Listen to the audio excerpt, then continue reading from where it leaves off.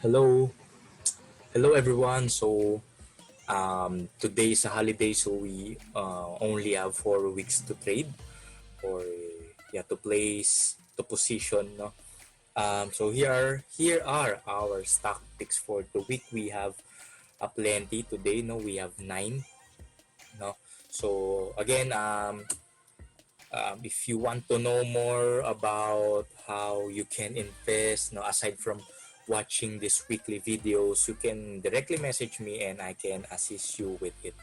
So here are our nine stock picks for the week. Watch them here.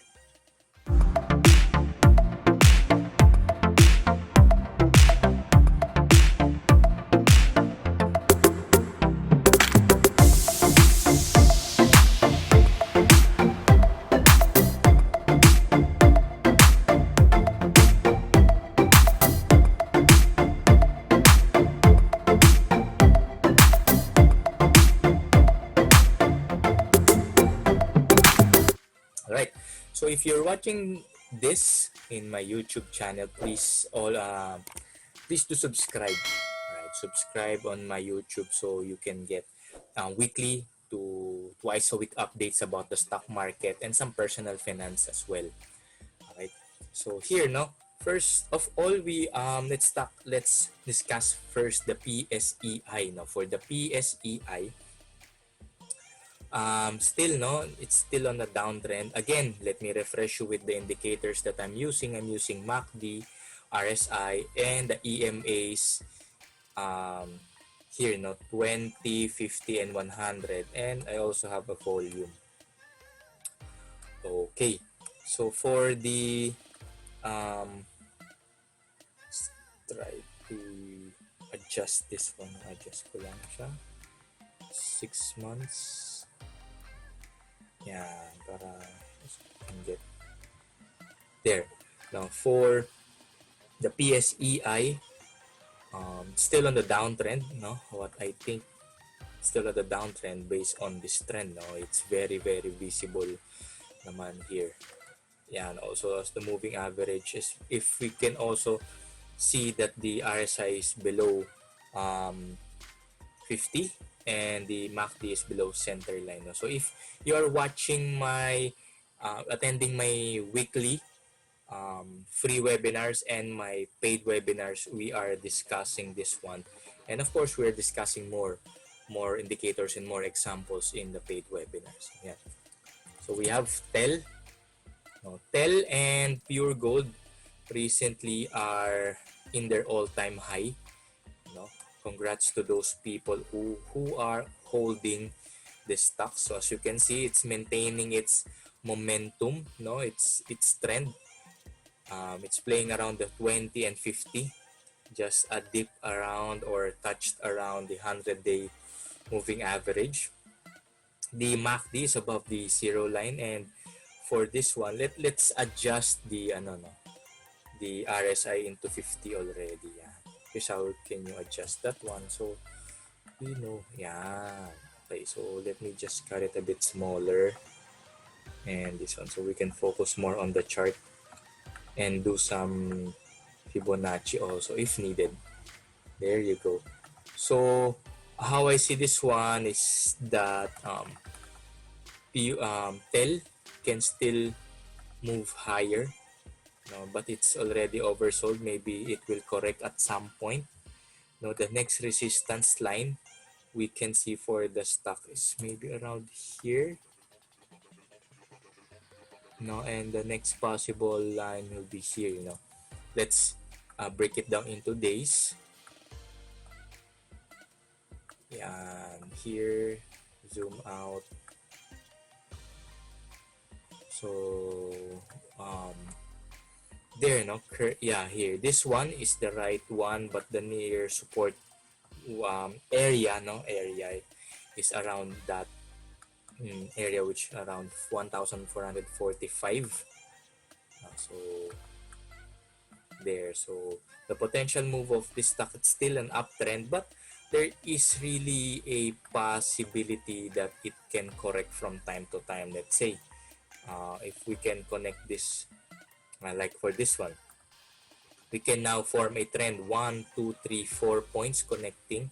So the stock can go like maybe this way, then retrace, then move up again. So that's the possible trend for TEL. No? For your cut loss levels, I think it's still on uptrend, but if you want to cut loss, maybe try to cut loss at around the 50 EMA area. No, because based on the trend, as we can see, it's just testing that the 50 EMA and the 100 EMA is a strong support line. Next, we have pure gold. For pure gold, it's another all-time high, like for the TEL. No, as you can see, the RSI and MACD is doing good. No, it's above or positive trend. No, I used to double click it to hide it. No. Then this one.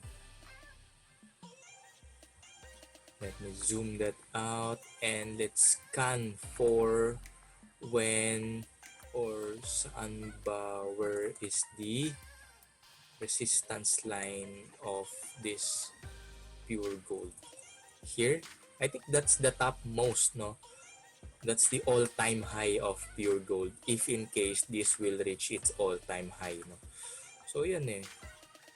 The stock is already here, so yeah, it's only a matter of 2%. So it's possible for the stock to reach its all-time high real soon. No, again, same trend as the TEL. Maybe we can use this one as a trend. That one, and same again, no? Same with the TEL. Play it here around, then maybe totally break out, no, because as we all know, pure gold and TEL are the two most, not most, maybe two companies that are really a need today. Like for pure gold, it's a grocery, and TEL excuse me, TEL is a telco company. So there. What we have next is BPI, no. For BPI here, there's a anticipation move that we can do.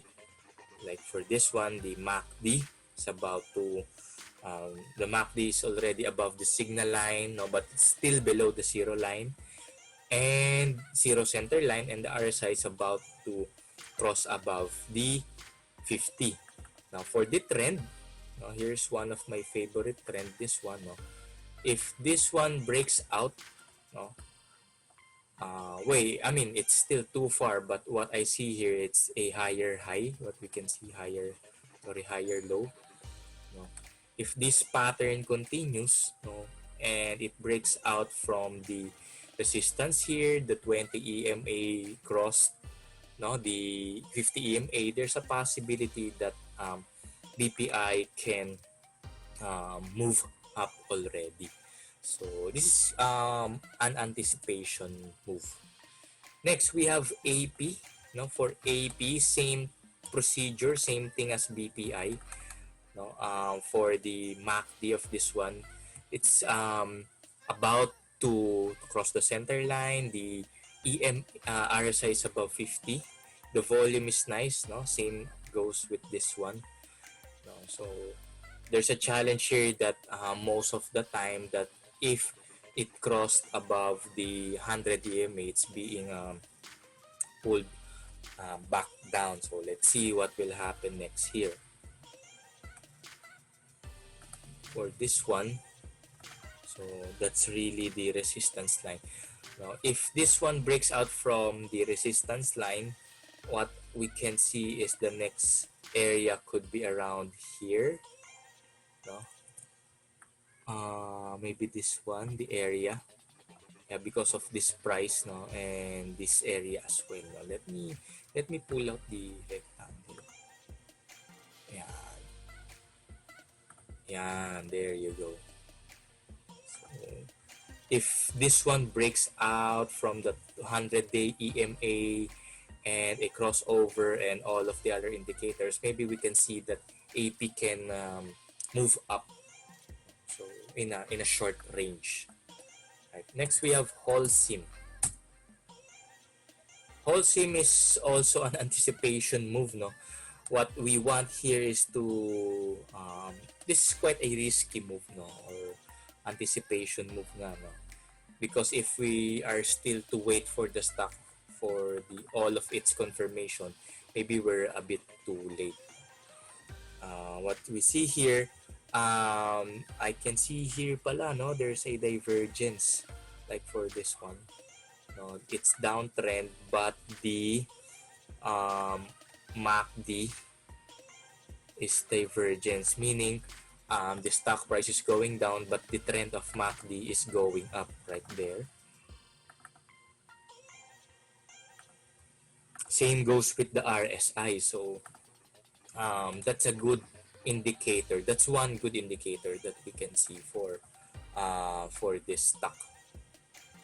For the top one,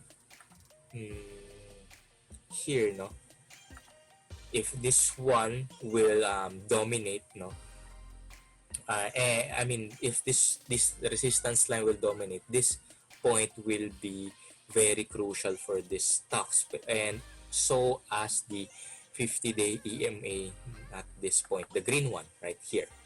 Yeah, okay.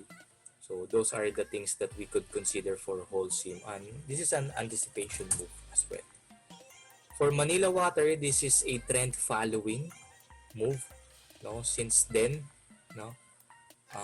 Let's say for instance this one, and a higher trend, maybe we can put it up there. So yeah, and some resistance line, we can plot it, no, but for the MACD and RSI, both are in a good position, no. Let's check for the resistance line, Manila Water here. No, it's, I can see that this area is a strong resistance line. No, but if this one breaks out, maybe the next resistance line will be huge or will be big up to that point at around 17. Yeah, 17.92.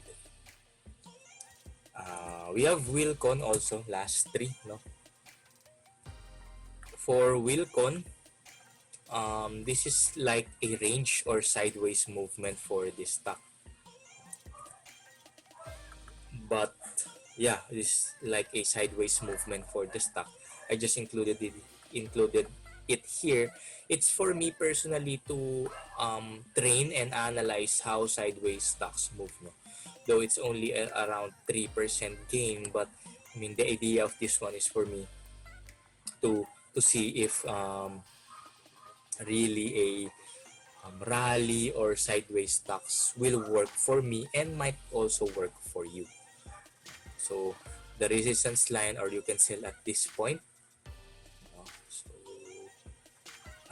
yeah, because the moving average are still about to cross. Like for this one, there's no clear trend yet that is dominating this stock. Next we have RRHI. For RRHI, I think this was included last week, or I just mentioned this one to my closed group. It's above 50. MACD is doing nice.